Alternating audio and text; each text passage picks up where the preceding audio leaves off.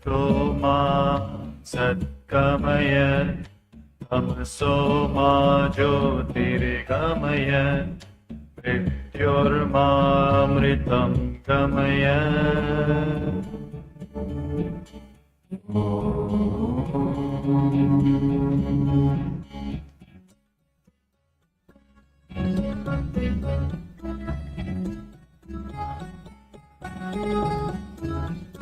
Asato ma satkamaya tamaso ma jyotirgamaya mrityormamritam gamaya.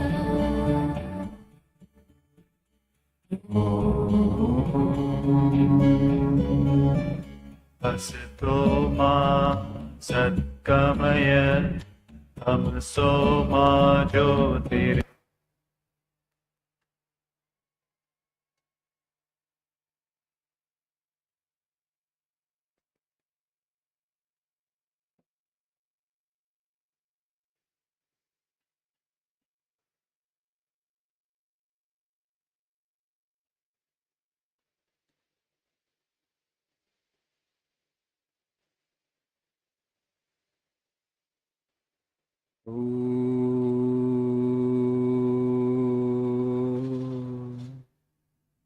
Sahanavatu Sahano Bhunaktu Saviyam Karavahai Tejasvinavadhitamastu Ma Vidvishavahai. Om Shanti Shanti Shanti. Om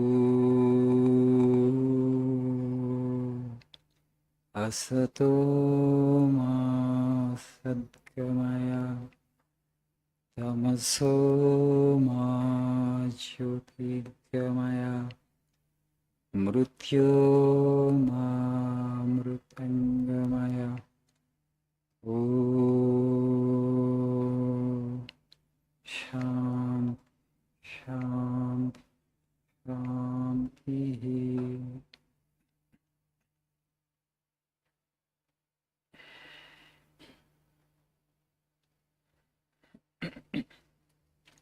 Good evening.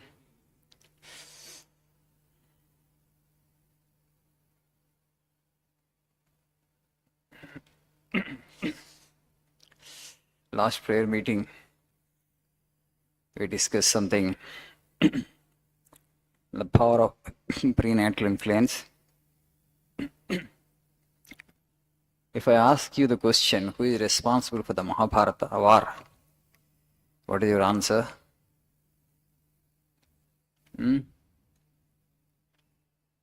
Mahabharata యుద్ధానికి కారణం ఎవరు?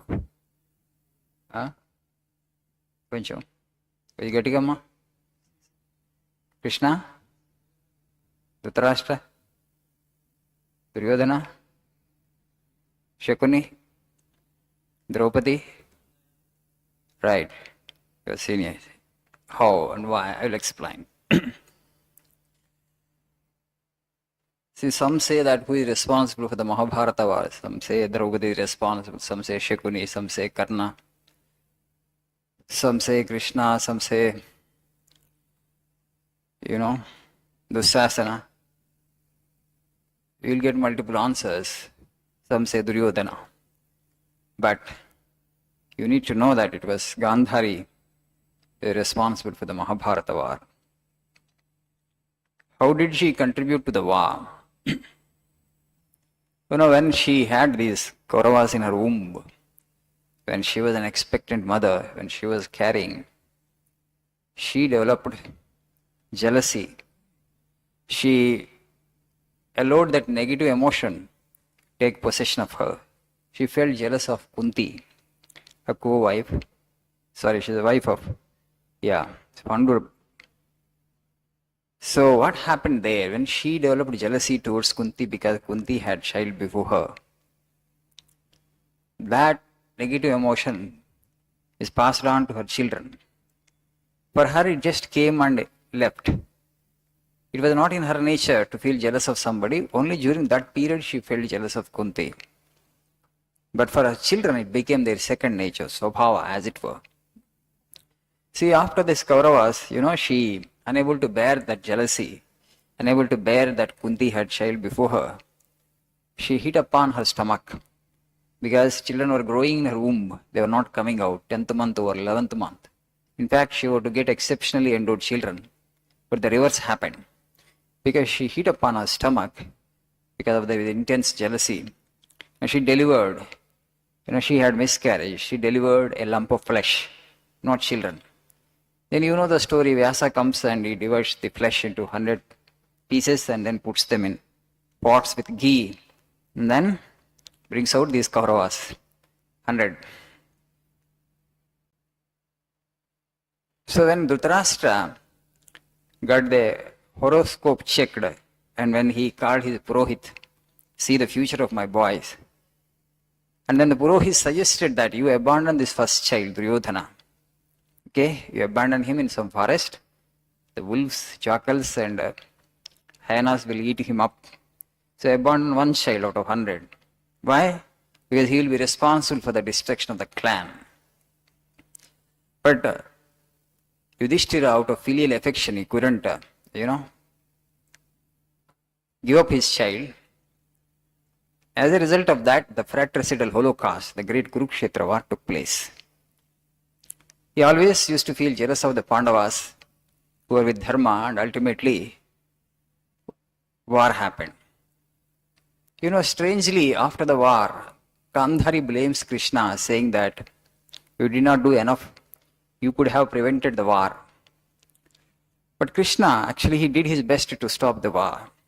He asked for the half of the kingdom that was due to the Pandavas. When Duryodhana refused to give half of the kingdom, Krishna pleaded with him and said, at least give 5 villages.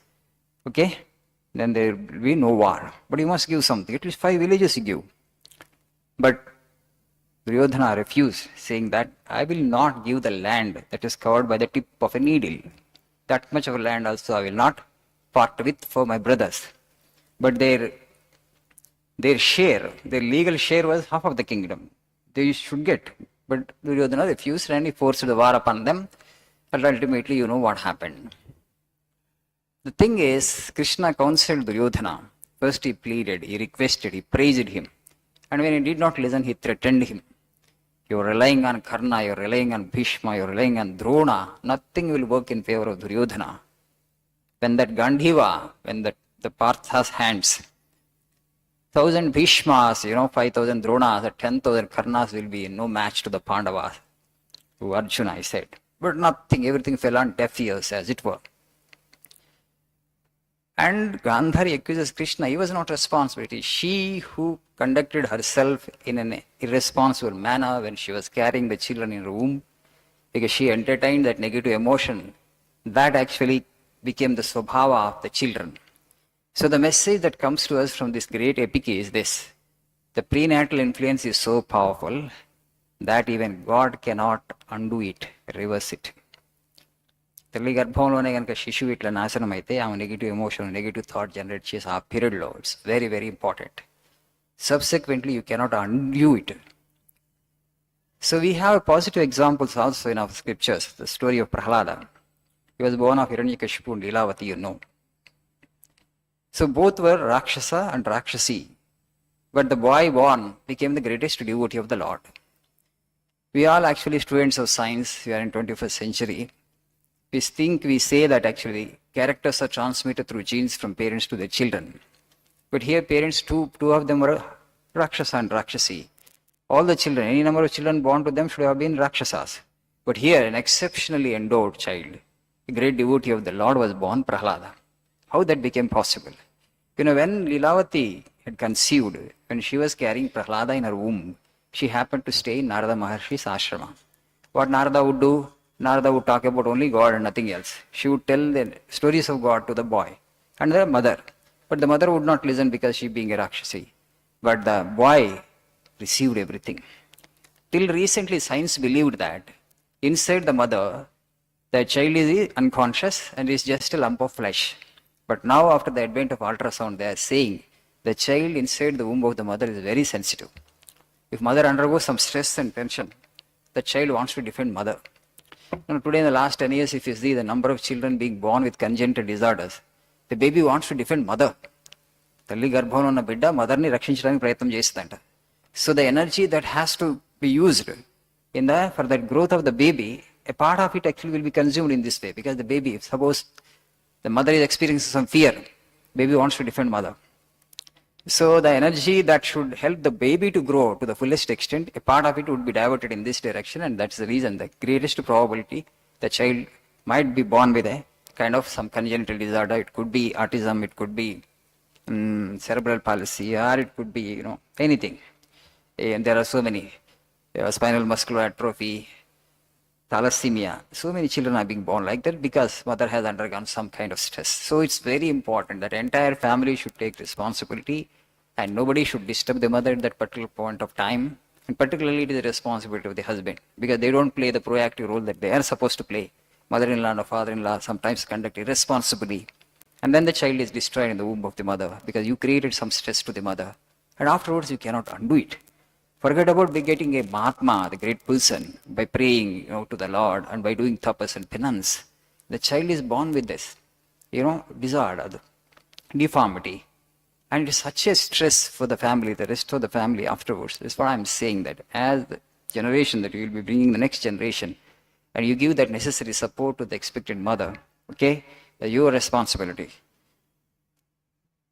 And as I told you in my last prayer meeting, so as a generation, you should have this aspiration that I want to become a great father, I want to become a great mother.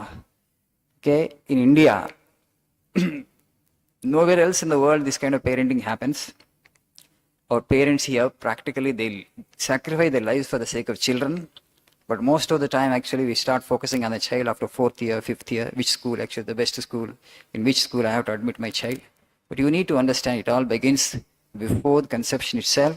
If before conception you cannot adjust your psychological and emotional makeup, at least during the pregnancy when the child is growing in the womb of the mother, nobody should disturb her and everybody should give her the necessary support that is required.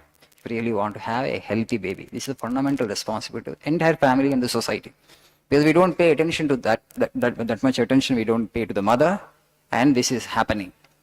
Okay, so this education is very, very important. We have started an organization by the name Arya Janani to generate awareness actually. So it has been there in our culture, but somehow we miss it today because we don't have joint families. And the modern science is saying that it is epigenetics. It is not the environment. It is the environment that matters and not the genes. Okay? Genes only 15%, 85% environment. If mother actually lives in a positive environment, positive thought and positive emotion, you will have a healthy baby. But in any circumstance, if she undergoes stress, and there is every probability that you will have, baby with some kind of disorder. So be careful, be alert. Thank you. Nice day.